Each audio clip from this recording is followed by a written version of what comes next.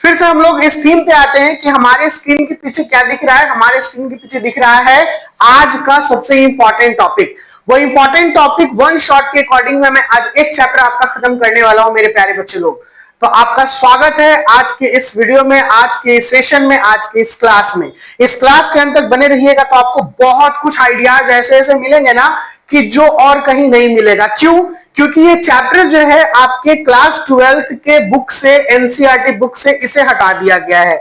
हटाने के पीछे कई वजह हैं, क्योंकि एनसीईआरटी बुक के द्वारा और रिवाइज करके सिलेबस को थोड़ा छोटा बनाया गया है। नीट के एग्जामिनेशन में इसका उतना ही इंपॉर्टेंस है जितना सीबीएसई और बिहार बोर्ड और अदर स्टेट बोर्ड के एग्जामिनेशन में है। तो कुछ स्टेट बोर्ड ने, जैसे कि हमारे बिहार बोर्ड में बात करें तो ये चैप्टर को हटाया नहीं गया है। बिहार बोर्ड में ये चैप्टर ऑलरेडी मौजूद है। तो आप लोग इसे इस व्यू से भी देख सकते हैं, क्योंकि ये बिहार बोर्ड के इंपॉर्टेंट चैप्टर में शुमार है और हर एक साल इससे कई प्रकार के क्वेश्चन किए जाते हैं और इसका वेटेज भी बहुत तगड़ा होता है। सबसे पहली बात तो ये जाने, सीबीएसई ने इसे हटा दिया है, लेकिन इसमें जो कंटेंट है, जो जो चीज इसमें मिलता है, जो बताया गया है हर एक टॉपिक वाइज, वो सारे इसके 3 चैप्टर से मिलते जुलते हैं।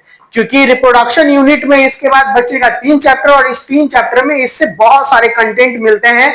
तो आपको ये वीडियो इसीलिए जरूरी है, ये सेशन इसीलिए जरूरी है क्योंकि आप जानिए, अगर आप जिस चीज का भी बोर्ड का अगर प्रिपरेशन कर रहे हैं उसके लिए, या फिर नीट का प्रिपरेशन कर रहे हैं उसके लिए, सीयूटी का प्रिपरेशन कर रहे हैं उसके लिए, इन सभी बोर्ड्स के लिए जो जो एनसीईआरटी जहां पर अदराइज है, चलता है, उस सब के लिए बहुत जरूरी है। तो चलिए बिना देर के हुए स्टार्ट करते हैं आज के सेशन को और जानते हैं कि क्या खास है। Class 12 biology one shot notes में हम लोग क्लियर करेंगे चैप्टर 1 को, रिप्रोडक्शन इन ऑर्गेनिज्म। ये चैप्टर 1 है, ठीक है। ये चैप्टर 1 बिहार बोर्ड के लिए उतना ही जरूरी, क्योंकि बिहार बोर्ड में ये चैप्टर है। सीबीएसई, नीट और जो भी एस्पायरेंट्स जो बायोलॉजी की प्रिपरेशन कर रहे हैं क्लास 12 के लिए या फिर नीट वगैरह कॉम्पिटिटिव का, उनके लिए जरूरी है। कैसे जरूरी है देखिए, आपको पता चलेगा।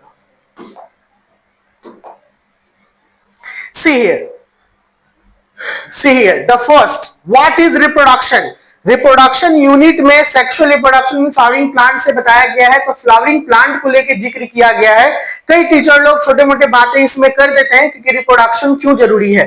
तो रिप्रोडक्शन इंश्योर्स करता है कंटिन्यूटी ऑफ लाइफ को। रिप्रोडक्शन क्या इंश्योर्स करता है? कंटिन्यूटी ऑफ लाइफ को और स्पीसीज को। तो कंटिन्यूटी जो हो जाता है, जैसे रिप्रोडक्शन इज द एक बायोलॉजिकल प्रोसेस है, कंटिन्यूटी का मतलब होता है निरंतरता, और ये इसके डेफिनेशन पे सटीक बैठता है। क्यों? क्योंकि देखिए ये लाइन में ये दे दिया है, क्या दिया है? Continuity of species. अगर रिप्रोडक्शन नहीं होगा तो स्पीसीज की कंटिन्यूटी खत्म हो जाएगी। इसके बाद आपको रिप्रोडक्शन क्या है और क्यों जरूरी है ये मैंने अभी समझाया। क्या है? Reproduction is the biological process in which organism produce offspring similar to themself. जो रिप्रोडक्शन एक ऐसी विधि है जिसको बायोलॉजिकल प्रोसेस कहते हैं हम लोग, यानी जैविक विधि। यानी जीवों के पास ये गुण है, निर्जीव के पास नहीं है। अगर ये पेन को हम कहेंगे कि रिप्रोड्यूस करके ये डिवाइड हो जाए तो ये असंभव है। क्यों? क्योंकि ये नॉन लिविंग थिंग है। तो यहां से एक बात आता है कि नॉन लिविंग थिंग के साथ, ये क्लास 11th में पढ़ना था, नॉन लिविंग थिंग का ये फीचर ही नहीं है कि वो रिप्रोड्यूस कर सके। तो किसका फीचर है? लिविंग बीइंग का फीचर है। किसका फीचर है भैया? लिविंग बीइंग का फीचर है कि रिप्रोड्यूस करेगा। और रिप्रोड्यूस करके क्या निकालेगा? ऑफस्प्रिंग निकालेगा। किसके जैसा निकालेगा? सिमिलर टू देमसेल्फ, यानी अपने जैसा, अपने बराबर। ओके, यानी ह्यूमन बीइंग अगर है तो उसका बच्चा, जो बेबी जो होगा, वो ह्यूमन बीइंग के जैसा होगा, ना कि वो घोड़ा जैसा हो जाएगा, ना कि वो हाथी जैसा हो जाएगा। ओके, ना कि वो शेर जैसा हो जाएगा। ह्यूमन बीइंग अगर रिप्रोड्यूस करेंगे तो ह्यूमन प्रोड्यूस करेंगे। लायन अगर रिप्रोड्यूस करेगा तो कब प्रोड्यूस करेगा, ठीक है। तो ये अपने जैसा ही अपने जेनरेशन को बढ़ाएंगे और प्रोड्यूस करेंगे। इंपॉर्टेंस के बारे में बात करें कि इंपॉर्टेंस क्यों है रिप्रोडक्शन का, तो अभी मैंने तुरंत एक लाइन में समझाया था कि सबसे जरूरी इंपॉर्टेंस है कंटिन्यूटी ऑफ स्पीसीज। इमेजिन कीजिए कि ये रैट जो है अगले रैट के साथ मेट करता है, माइस, चूहिया। इसकी रिप्रोडक्शन की कैपेसिटी हम लोग खत्म कर देते हैं। क्या कर देते हैं? खत्म कर देते हैं। यानी इसके पास अब रिप्रोडक्शन की कैपेसिटी नहीं है। और ये आगे जाके अपने यंग वंस को नहीं करेगा, यही से खत्म हो गया। तो इस स्पीसीज का क्या होगा, इस स्पीसीज का क्या होगा आप लोग बताइए, ये स्पीसीज एक्सटिंक्ट कर जाएगा। क्या हो जाएगा, एक्सटिंक्ट कर जाएगा, यानी विलुप्त हो जाएगा, क्योंकि इसके पास कंटिन्यूटी ऑफ स्पीसीज की जो क्वालिटी थी वो खत्म हो चुकी है। मेंटेन पॉपुलेशन, अपने जनसंख्या को बनाए रखने के लिए। ट्रांसफर जेनेटिक इंफॉर्मेशन, ये जेनेटिक इंफॉर्मेशन को ट्रांसफर करने के लिए, और यही जेनेटिक इंफॉर्मेशन ट्रांसफर होता है तो एवोल्यूशन का सबसे बड़ा कारण बनता है। यानी अगर कोई जीव लगातार जेनरेशन टू जेनरेशन इस पृथ्वी पर टिका हुआ है तो वो अपने आप को इवॉल्व करेगा। जैसे हम लोग बात करते हैं कि ट्रायसिक पीरियड में डायनासोर्स मौजूद थे, लेकिन डायनासोर्स की प्रजाति कुछ अलग थी। जुरासिक पीरियड में डायनासोर्स बहुत तेजी से उभरे और पूरा डोमिनेंट हो गए। उसी तरीके से ह्यूमन बीइंग के बारे में बात करें तो ह्यूमन बीइंग का अरोज जो हुआ था वो, अभी हम लोग होमो सैपियंस हैं, लेकिन पहले प्राइमेट्स के तरीके से हम लोग देखे जाते थे। तो प्राइमेट्स में जो थे वो मंकी, एप्स वगैरह के ही इवोल्यूशन की वजह से उसी में हम लोग इवॉल्व होके कंप्लीट ह्यूमन बीइंग बन गए, होमो सैपियन बन गए। तो इवोल्यूशन इस अर्थ का सबसे इंपॉर्टेंट एक फीचर में जाना जाता है कि इस अर्थ पे जो सरवाइव करेगा, जो रिप्रोड्यूस करेगा, तो आगे जाके इवॉल्व भी होगा, यानी इवोल्यूशन करेगा। इंपॉर्टेंट पॉइंट एग्जाम के लिए इसमें क्या आएगा, तो इंपॉर्टेंट पॉइंट एग्जाम के लिए कि what is reproduction, why it is necessary. इसका आंसर हम लोग देंगे कि reproduction is a biological process by which organism produce offspring similar to themselves. Importance इसका यह है, कंटिन्यूटी ऑफ स्पीसीज मेंटेन, ये सारा।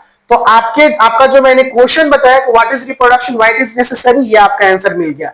और इंपॉर्टेंट पॉइंट एग्जाम में एमसीक्यू तरीके से, अलग तरीके से क्या पूछ सकता है, तो reproduction is not necessary for survival of any individual but it is essential for survival of a species. यानी रिप्रोडक्शन जो है ये जरूरी नहीं है कि सर्वाइवल ऑफ इंडिविजुअल के लिए हो, यानी कोई भी जीव के जीने के लिए रिप्रोडक्शन जरूरी है, लेकिन ये जरूरी है, ये आवश्यक है क्या, स्पीसीज के सर्वाइवल के लिए। जैसे कोई एक ऑर्गेनिज्म है, ये रिप्रोड्यूस नहीं करेगा तो इसके सर्वाइवल पे कोई फर्क नहीं पड़ेगा, समझ में आ रहा है ना। लेकिन अगर ये रिप्रोड्यूस नहीं करेगा तो इसके स्पीसीज के कंटिन्यूटी पे जरूर फर्क पड़ेगा। बहुत बड़ी बात है, क्लियर हो रहा है। Are you got it, my student? If you have any doubt, then ask me. Comment box में कमेंट करके पूछ सकते हैं। और अगर मजा आ रहा है तो please press like button and don't forget to subscribe. आते हैं नेक्स्ट स्लाइड के ऊपर। Come to the next slide. Life span. Life span क्या होता है, सिंपल से शब्द में कहें तो लाइफ स्पैन वो होता है बर्थ से डेथ तक का जो समय होता है उसे हम लोग लाइफ स्पैन कहते हैं। इस दुनिया में जितने भी जीव हैं सभी कोई का एक लाइफ स्पैन है। जैसे ह्यूमन बीइंग है तो उसका भी लाइफ स्पैन है, रैट है, लायन है, एलिफेंट है, वेल मछली है।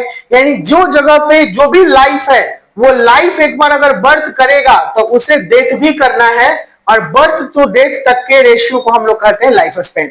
इसमें हम लोग मैंने कुछ दिया है आप लोग को। मे फ्लाई का जो लाइफ स्पैन है ऑर्गेनिज्म का 1 डे, बटरफ्लाई का 2 से 4 सप्ताह, डॉग का 10 से 13 साल, पैरोट का 140 साल, बनियान ट्री का 100 ऑफ ईयर्स से लेके 1000 ऑफ ईयर्स तक। कोई कोई बनियान ट्री जो है वो हजारों साल तक जीते हैं।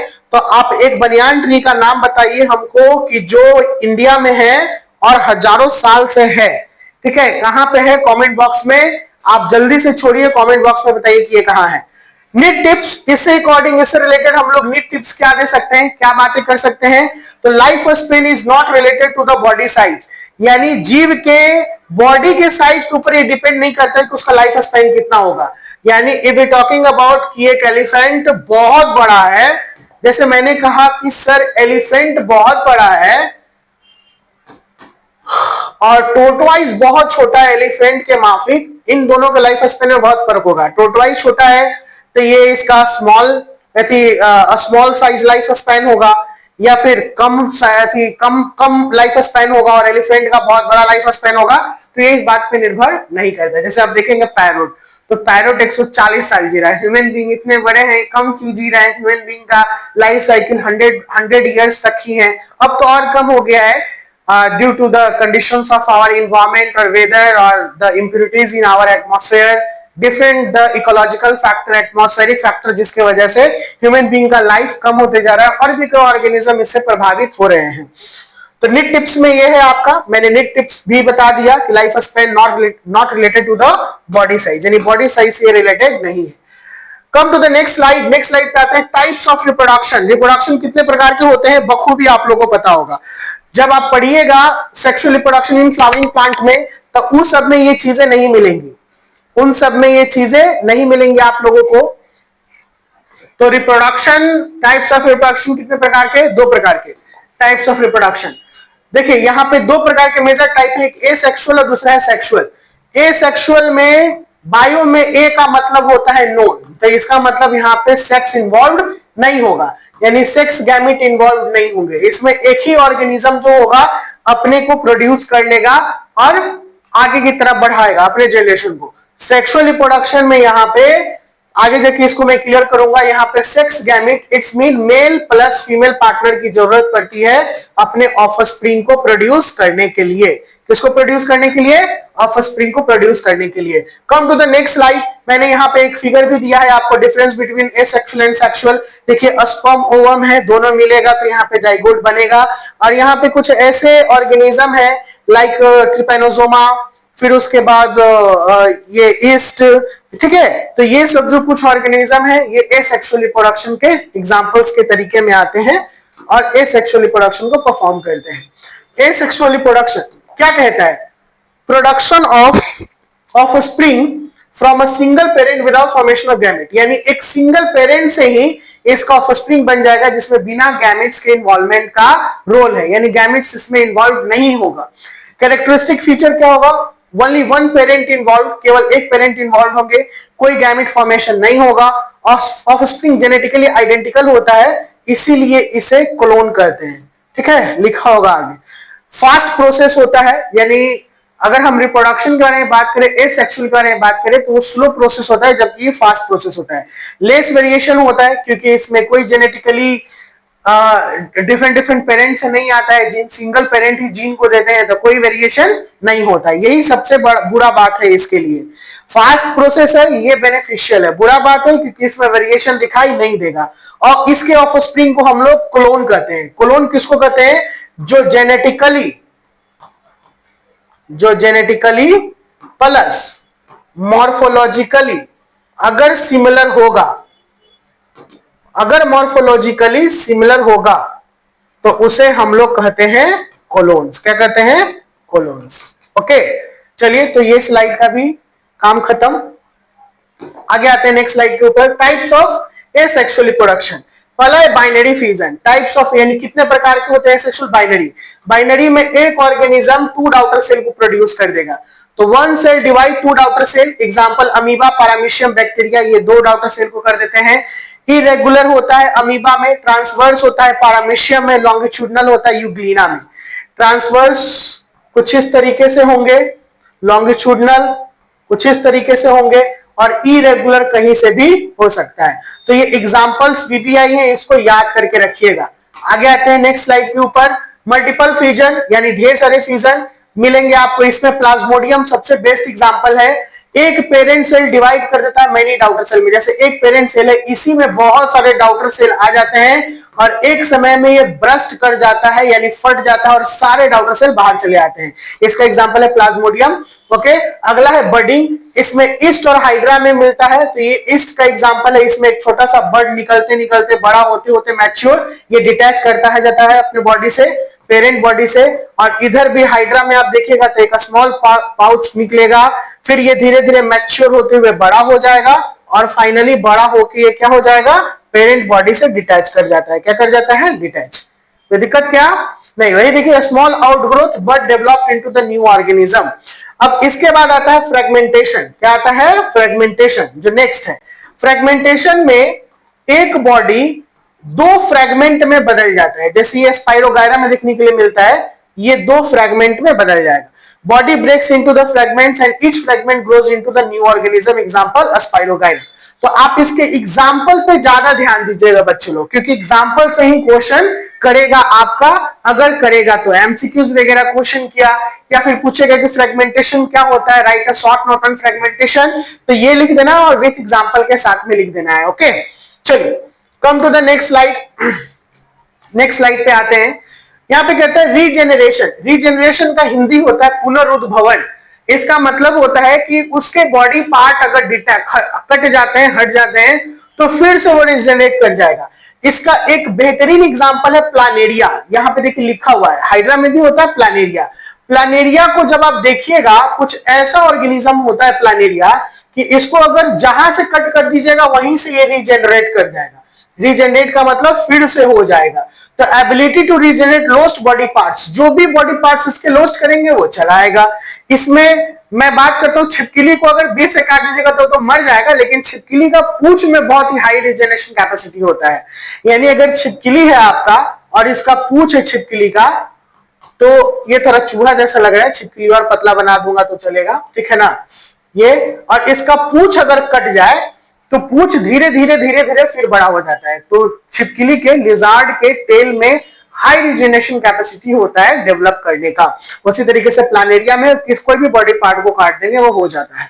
हाइड्रा हो गया। Important, regeneration is not always reproduction. Regeneration reproduction का हमेशा टाइप नहीं होता है। It is not a kind of exact reproduction. ये रीजेनरेशन है एसेक्सुअल पार्ट का, तो it is not always reproduction. ये हमेशा रिप्रोडक्शन का कारण या हमेशा रिप्रोडक्शन इस तरीके से नहीं होता है, नहीं माना जाएगा, नॉट ऑलवेज रिप्रोडक्शन। अगला है स्पोर फॉर्मेशन, बहुत ही बेहतरीन। Spore are produce that developed into a new organism. इसमें स्पोर ही जो होते हैं वो न्यू ऑर्गेनिज्म में फैल जाएंगे, जैसे राइजोपस म्यूकर पेनिसिलियम। ये फंगी देख रहे हैं, फंगी का ये एग्जांपल होता है राइजोपस म्यूकर पेनिसिलियम, ठीक है। पेनिसिलियम नोटेटम ये सारा आप लोगों ने सुना होगा। तो ये सब में स्पोर्स जो हो जाते हैं वही आगे की तरफ फैलने लगते हैं। नेक्स्ट है वेजिटेटिव प्रोपेगेशन। प्लांट्स में देखने के लिए मिलता है। ये एसेक्सुअल रिप्रोडक्शन का अनदर टाइप है। यहाँ पे प्लांट जो हो जाते हैं, प्लांट के वेजिटेटिव पार्ट ही जो होते हैं वो डेवलप कर जाते हैं न्यू पार्ट में।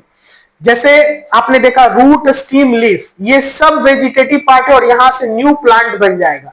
अगर एक एग्जांपल मैं दूं तो मैं पोटैटो का आई दूंगा। पोटैटो में एक आई बर्ड होता है, आई, ठीक है। जैसे अगर ये पोटैटो है, इसी को आई कहते हैं। तो किसान लोग क्या करते हैं ना, इसको कट करके, आप भी देख सकते हैं, इसको कट करके मिट्टी में जैसे ही आप सॉइल में लगा दीजिएगा तो यहां से न्यू पोटैटो का प्लांट हो जाएगा। A type of asexual reproduction in plant where new plant grow from vegetative part. Vegetative part यानी इसी के शारीरिक पार्ट से, जो ये वेजिटेबल्स हैं, वेजिटेटिव पार्ट, शारीरिक पार्ट से उसको निकल के वो न्यू प्लांट बन जाता है। और जो ये सब होते हैं उनको वेजिटेटिव प्रोपेग्यूल्स कहते हैं। ये जो मैंने अभी लिखा है इसे क्या कहते हैं, वेजिटेटिव, जो ये परफॉर्म करवाते हैं, प्रोपेग्यूल्स। बाकी और मैं समझा देता हूं। प्लांट, ये जो स्ट्रक्चर है, प्लांट कौन कौन से प्लांट है और ये स्ट्रक्चर, तो पोटैटो ट्यूबर से करेगा, ईसाई को ट्यूबर भी कहते हैं। जिंजर राइजोम से करेगा। ओनियन बल्ब, स्ट्रॉबेरी रनर और ब्रायोफाइलम लीफ बर्ड। ये एमवीवीआई है, क्योंकि अगर एमसीक्यू आपका निकालेगा एग्जामिनर तो यहीं से निकालेगा, चाहे वो कोई भी स्टेट बोर्ड के बच्चे हो या फिर नीट वगैरह में। देखिए ये यहां से क्वेश्चन करता है। जब आप सेक्सुअल रिप्रोडक्शन में फ्लावरिंग प्लांट पढ़िएगा तो ये सब का कोई रोल ही नहीं है, वहां पे कोई मैटर, वो बात ही नहीं है वहां पर कि ये सब आपको पढ़ना होगा। लेकिन ये एग्जाम के व्यू से इतना जरूरी है क्योंकि नीट के एग्जाम में भी ये आ सकता है, सीयूईटी में भी, बोर्ड में भी और कॉम्पिटिटिव एग्जामिनेशन में। तो समझिए कितना इंपॉर्टेंट चैप्टर है, पढ़ना जरूरी है। ओके, चलिए आते हैं नेक्स्ट स्लाइड के ऊपर। Artificial vegetative propagation. ये आर्टिफिशियल जब भी बात आ जाएगा इसका मतलब होगा कि मैन मेड है, यानी मैन के द्वारा ये प्रोसेस किया जा रहा है। जो आर्टिफिशियल जब आ जाएगा तो मैन के द्वारा ये प्रोसेस किया जा रहा है। जैसे हम लोग कट करेंगे पौधे को, तो कट कौन करेगा, हम ही लोग करेंगे ना, नेचुरल तरीके से नहीं होगा। लेयरिंग, लेयरिंग में भी जैसे एक पौधा है और ये आगे जाके इस पौधे को फिर से सॉइल में मिलेगा, तो इस बात के लेयरिंग कहते हैं, ठीक है। ग्राफ्टिंग यानी ये कट करके इसमें एक स्टॉक और सियोन कहते हैं, इसको हम लोग ग्राफ्टिंग प्रोसेस कहते हैं। और टिश्यू कल्चर, जिसको टिश्यू कल्चर को माइक्रो प्रोपेगेशन के नाम से भी जाना जाता है टिश्यू कल्चर को।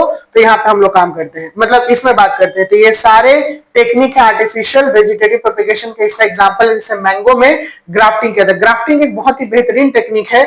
अगर आपको नहीं पता है तो इसके बारे में जानकारी लीजिए, क्योंकि ग्राफ्टिंग टेक्निक से आजकल बहुत ही हाई रेजिस्टिविटी प्लांट को बनाया जा रहा है और बहुत ही फर्टाइल प्लांट को तैयार किया जा रहा है।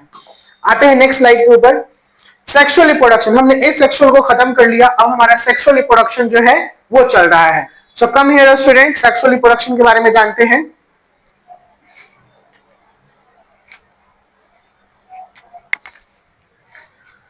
So see here sexual reproduction, formation of offspring, formation of offspring by fusion of male and female gametes। ये जो फॉर्मेशन है offspring का फ्यूजन, अब फ्यूजन और फिजन दो चीजें आपको बखूबी पता होगा, लेकिन मैं आपको समझा देता हूं। फ्यूजन का मतलब होता है ऐड और फिजन का मतलब होता है ब्रेक। फ्यूजन का मतलब ऐड और फिजन का मतलब ब्रेक। ओके, तो फ्यूजन का मतलब जोड़ना है, इसमें मेल गैमेट फीमेल गैमेट दोनों को जोड़ना होता है, तब इसमें निकलता है, बनता है जाइगोट, और इसी को ऑफस्प्रिंग कहते हैं। The formation of offspring bye fusion of male and female gametes. की फीचर, इसमें 2 पेरेंट इन्वॉल्व हो गया, मैंने पहले बताया था, मेल और फीमेल इन्वॉल्व हो गया, गैमेट फॉर्मेशन हो जाएगा, यानी इसमें गैमेट फॉर्मेशन होगा तभी गैमेट का फ्यूजन भी होगा। जेनेटिक वेरिएशन इसमें प्रेजेंट है, मैंने ए सेक्सुअल में बताया था कि वहां पे जेनेटिक वेरिएशन नहीं है, यही सबसे बड़ा खराब चीज है ए सेक्सुअल रिप्रोडक्शन में। और सबसे अच्छा चीज जेनेटिक वेरिएशन मौजूद है सेक्सुअल रिप्रोडक्शन में, इससे समय समय पे जीव में ऐसी काबिलियत आते रहती है कि वो इस इन्वायरमेंट में जी सकता है, सरवाइव कर सकता है। ये जेनेटिक वेरिएशन का सबसे बड़ा क्या बोलते हैं फायदा है। सबसे बड़ा फायदा अगर देखिए जेनेटिक वेरिएशन का तो यही है। ओके, इवोल्यूशन आर एडवांटेज, इसमें इवोल्यूशन सबसे एडवांटेज फॉर्म में रहता है। फेजेस ऑफ सेक्सुअल रिप्रोडक्शन, तो फेज यहां पर 3 होते हैं, 3 फेजेस ऑफ सेक्सुअल रिप्रोडक्शन होते हैं। पहला प्री फर्टिलाइजेशन, दूसरा फर्टिलाइजेशन और तीसरा पोस्ट फर्टिलाइजेशन। प्री फर्टिलाइजेशन में 2 इवेंट आते हैं, गैमेट फॉर्मेशन और गैमेट ट्रांसफर। क्या हो गया? गैमेट फॉर्मेशन और गैमेट ट्रांसफर। गैमेट फॉर्मेशन को एक नाम से और जानते हैं, उसे हम लोग कहते हैं गैमेटोजेनेसिस। क्या कहते हैं? गैमेटोजेनेसिस। क्या कहते हैं? गैमेटोजेनेसिस। और गैमेट ट्रांसफर, यानी ये जो गैमेट बन गया, अगर स्पर्म बना और ओवम बना, तो स्पर्म को ट्रैवल करते हुए ओवम के पास जाना है, तो ये तो पॉपुलेशन के दौरान में होता है, ठीक है, लेकिन स्पर्म कहां बनता है? टेस्टिस में, और टेस्टिस से कहां आना पड़ता है स्पर्म को? पेनिस में, ठीक है। और ओवम कहां बनता है? ओवरी में। ओवरी से ओवम को कहां आना पड़ता है? फैलोपियन ट्यूब में। कैसे आता है ये जब ह्यूमन रिप्रोडक्शन पढ़िएगा तो उसमें चर्चाएं होंगी डीप है। आगे आते हैं अगले स्लाइड के ऊपर। अगला हमारा है फर्टिलाइजेशन, इसमें मेल और फीमेल फ्यूज कर जाता है। ये 2 टाइप के होते हैं फर्टिलाइजेशन, एक होता है एक्सटर्नल, एक होता है internal. External fertilisation outside body होता है, यानी शरीर के बाहर होगा। जनरली ये कहां होता है? तो वाटरी मीडियम में होगा, यानी वैसे ऑर्गेनिज्म जो खास करके ज्यादातर एक्वेटिक होंगे और वाटर में रहेंगे। तो फ्रॉग एक्वेटिक भी है और टेरेस्ट्राइल भी है फ्रॉग, लेकिन ये रिप्रोडक्शन करने कहां जाएगा? ये एम्फीबियंस में आते हैं तो वाटर में ही जाते हैं, और फिश तो वाटर में रहते ही हैं। तो ये दोनों अपने एग्स को कहां छोड़ते हैं? आउटसाइड बॉडी मीडियम में छोड़ते हैं, तो इसीलिए external fertilisation. Internal fertilisation body के अंदर होता है, इसमें ह्यूमन, रेप्टाइल्स और बर्ड्स आ जाएंगे। आपको पता है बॉडी के अंदर में 9 मंथ के लिए बर्थ देने से पहले बच्चे को रखा जाता है, जिसको जेस्टेशन पीरियड कहते हैं। क्या कहते हैं? Gestation period. ये भी सब बताया जाएगा ह्यूमन रिप्रोडक्शन में। अच्छा लग रहा होगा तो जरूर चैनल को सब्सक्राइब कर लीजिए, लाइक कर दीजिए, ताकि आगे भी हमसे कनेक्ट रहिए, मिलते रहिए इसी चैनल पे और बहुत कुछ सीखते रहिए। पोस्ट फर्टिलाइजेशन, चलिए जाइगोट तैयार हो गया, अब जाइगोट का डेवलपमेंट जो होगा इस प्रोसेस को कहते हैं एम्ब्रायोजेनेसिस। क्या कहते हैं? एम्ब्रायोजेनेसिस। और एम्ब्रायोजेनेसिस के दौरान में एम्ब्रायो का डेवलपमेंट होता है, लेकिन जाइगोट बनने के बाद जाइगोट का फॉर्मेशन होगा, और यही फॉर्मेशन को एम्ब्रायोजेनेसिस कहते हैं, और एम्ब्रायोजेनेसिस को एम्ब्रायो डेवलपमेंट भी कहते हैं। इन दोनों को हम लोग एक लाइन में बात कर सकते हैं, एम्ब्रायोजेनेसिस यानी डेवलपमेंट ऑफ एम्ब्रायो। ओके, चलिए नेक्स्ट स्लाइड पे आते हैं।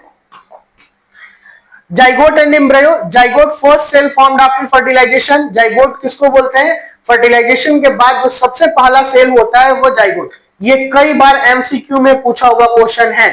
The first cell of fertilisation it is known as zygote.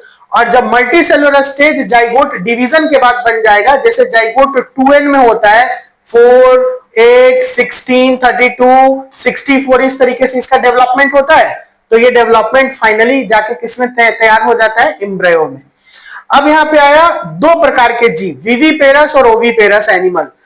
Oviparous animal वैसे एनिमल को बोलेंगे जो अंडा देंगे, जैसे एग्जांपल में बर्ड, और विविपेरस एनिमल वैसे बोलेंगे जो बच्चे को जन्म देंगे, लाइक ह्यूमन। और इन दोनों को मिला के एक और आता है ओवोविविपेरस। इसका एग्जांपल आप बताइएगा, ओवोविविपेरस, इसका एग्जांपल बच्चे लोग आप बताइएगा मुझे, ओवोविविपेरस का एग्जांपल कमेंट बॉक्स में जल्दी से बताइए मुझे ओवोविविपेरस का एग्जांपल। ओके, चलिए तब तक मैं आता हूं दूसरे स्लाइड पे। पार्थिनोजेनेसिस क्या है, पार्थिनोजेनेसिस। पार्थिनोजेनेसिस को वर्जिन ओवरी ऑर्गेनिज्म भी हम लोग कहते हैं, क्योंकि इसमें ओवरी इनफेक्ट होता ही नहीं है, ओवरी इनफेक्ट होता ही नहीं है। तो development of embryo from unfertilised egg, देखिए अनफर्टिलाइज्ड एग के द्वारा एम्ब्रायो डेवलप कर गया। इसमें हनी बी, एफिड्स और रोटीफर्स इसके एग्जांपल है। ये भी एमसीक्यूज के लिए वीवीआई है, इसको याद कर लीजिएगा आप लोग। आइए आगे आते हैं अगले स्लाइड पे, और अगला स्लाइड, ये सेशन वन शॉट का कंप्लीट हो गया। अब मैं आपको जो बताने वाला हूं वो नीट सीयूईटी इंपॉर्टेंट एमसीक्यू क्या क्या आ सकते हैं इस एग्जामिनेशन में, वो मैं आपको डील करूंगा। तो देखिए कहता है एमसीक्यू पॉइंट्स में हमने क्या पढ़ा था, कोलोन। कोलोन किसको कहते हैं, जेनेटिकली आइडेंटिकल ऑर्गेनिज्म को। तो मैं यहां पे एक चीज और जोड़ दूंगा, जेनेटिकली और मॉर्फोलॉजिकली अगर ये आइडेंटिकल होगा तो उसे हम लोग क्या कहेंगे, कोलोन कहेंगे। क्या कहेंगे, कोलोन, याद कर लीजिएगा। Yeast reproduce by budding, yeast कैसे रिप्रोड्यूस करता है, बर्डिंग से। अमीबा कैसे रिप्रोड्यूस करता है, बाइनरी फ्यूजन से। प्लाज्मोडियम कैसे रिप्रोड्यूस करता है, multiple fusion. Bryophyllum leaf buds, rhizopus spore formation, strawberry runner. Pre fertilisation का मतलब गैमेट फॉर्मेशन, और जाइगोट फर्स्ट सेल है आफ्टर फर्टिलाइजेशन। देखिए दे दिया ना, ये सब इंपॉर्टेंट क्वेश्चन है जो आपके एग्जाम में आ सकते हैं। अब अगले स्लाइड पे आते हैं, वन शॉट रिवीजन 30 सेकंड का। हमने क्या क्या लिया, रिप्रोडक्शन कितने प्रकार के, आप लोग जवाब दीजिए जल्दी से, रिप्रोडक्शन कितने प्रकार के बच्चे लोग, दो प्रकार के। एसेक्सुअल में एक पेरेंट एक पेरेंट ही पार्टिसिपेट करता है, इसके ऑफस्प्रिंग को कोलोन कहते हैं, इसमें कोई वेरिएशन नहीं होता है। बाइनरी फ्यूजन कौन करेगा, अमीबा। बर्डिंग कौन करेगा, ईस्ट। फ्रेगमेंटेशन कौन करेगा, स्पाइरोगाइरा। स्पोर फॉर्मेशन किसमें होगा, Rhizopus. Vegetative propagation potato, ginger. Sexual reproduction gamete fusion होगा। इसके फेजेज में सबसे पहला प्री फर्टिलाइजेशन, दूसरा फर्टिलाइजेशन और तीसरा पोस्ट फर्टिलाइजेशन। फिर उसके बाद जाइगोट बनता है, तो किसमें डेवलप होगा, एम्ब्रायो डेवलपमेंट में। तो ये जो है आपका आज के सेशन का, मेरे प्यारे बच्चे लोग, आज के सेशन का समापन होता है। आई होप कि आपने sexual reproduction in flowering plant के पहले वाले चैप्टर रिप्रोडक्शन इन ऑर्गेनिज्म को नहीं पढ़ा होगा, और नहीं पढ़ा है तो साहिल सर के द्वारा आज आपने वन शॉट व्यू में कंप्लीट देख लिया कि क्या क्या पढ़ना था ना बहुत कुछ पढ़ना। अगर आपको ऐसा लगता होगा कि भाई यार यूं ही बेकार है, तो आप गलत सोच रहे हैं।